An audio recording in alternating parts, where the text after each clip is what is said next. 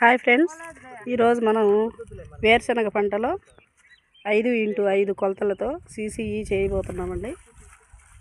ఎంత మనకు హార్వెస్ట్లో ఎన్ని కిలోల వేరుశనగ వస్తుందనేది కూడా మీకు చూపించడం జరుగుతుంది.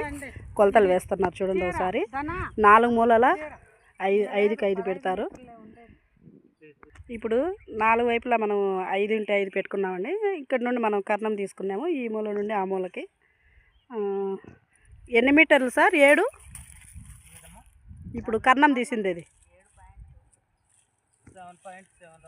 7.7 కర్ణంతో మనం కొలత పెట్టుకోవాలి కరెక్ట్గా. ఇంకొక కర్ర చుట్టినాక మళ్ళా ఉన్నావు టేపు ఇది చుట్టేసినాక గుడ్డ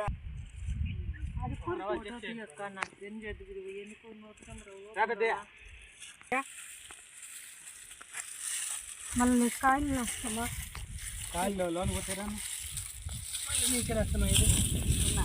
నీట్గా పెరికేస్తే కింద అడుక్కు లేకుండా కాయలన్నీ నీట్గా వచ్చేస్తాయి.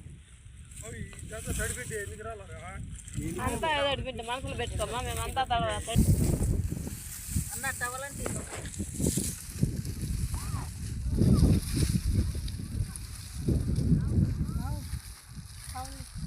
కాయలు వచ్చేస్తుందంట.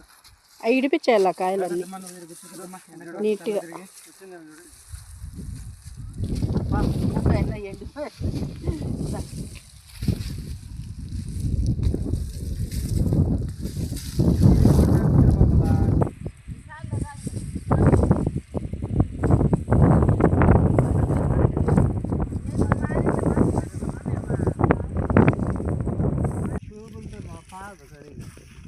కాయ పడుతుందా? చెంప నీళ్ళు పెడితేనే